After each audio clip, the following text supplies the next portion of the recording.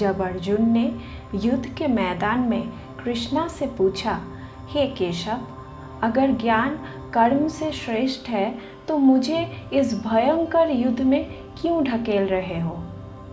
कृष्णा मुस्कुराते हैं और कहते हैं, अर्जुन, इस संसार में दो प्रकार के लोग होते हैं। एक जो ज्ञान का रास्ता अपनाते हैं, जिसे हम संख्या कहते हैं।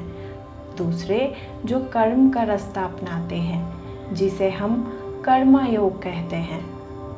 केवल कर्म त्याग करने से मुक्ति नहीं मिलती अर्जुन। कोई भी जीव प्रकृति के 3 गुणों सत्व, रजस और तमस के असर से एक पल के लिए भी कर्म से अलग नहीं हो सकता। जो व्यक्ति बाहर से तो स्थित दिखता है, लेकिन अंदर से इंद्रियों के सुख के बारे में चिंतन करता है, वो व्यक्ति योगी नहीं कहलाते हैं।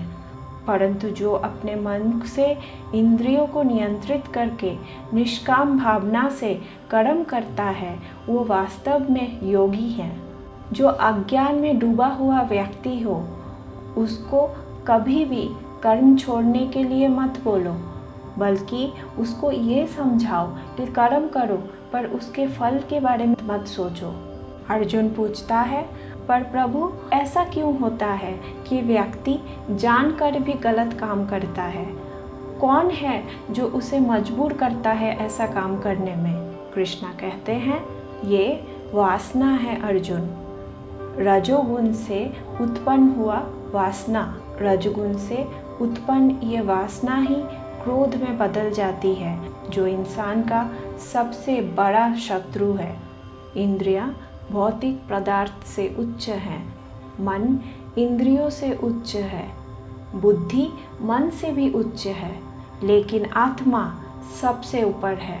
अगर आत्मा को वासना के बंधन से मुक्त करना है तो बुद्धि से मन को और मन से इंद्रियों को नियंत्रित करो।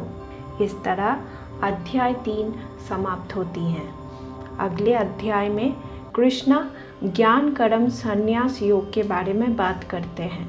ज़रूर देखिए अध्याय 4 ज्ञान कर्म संन्यास योग।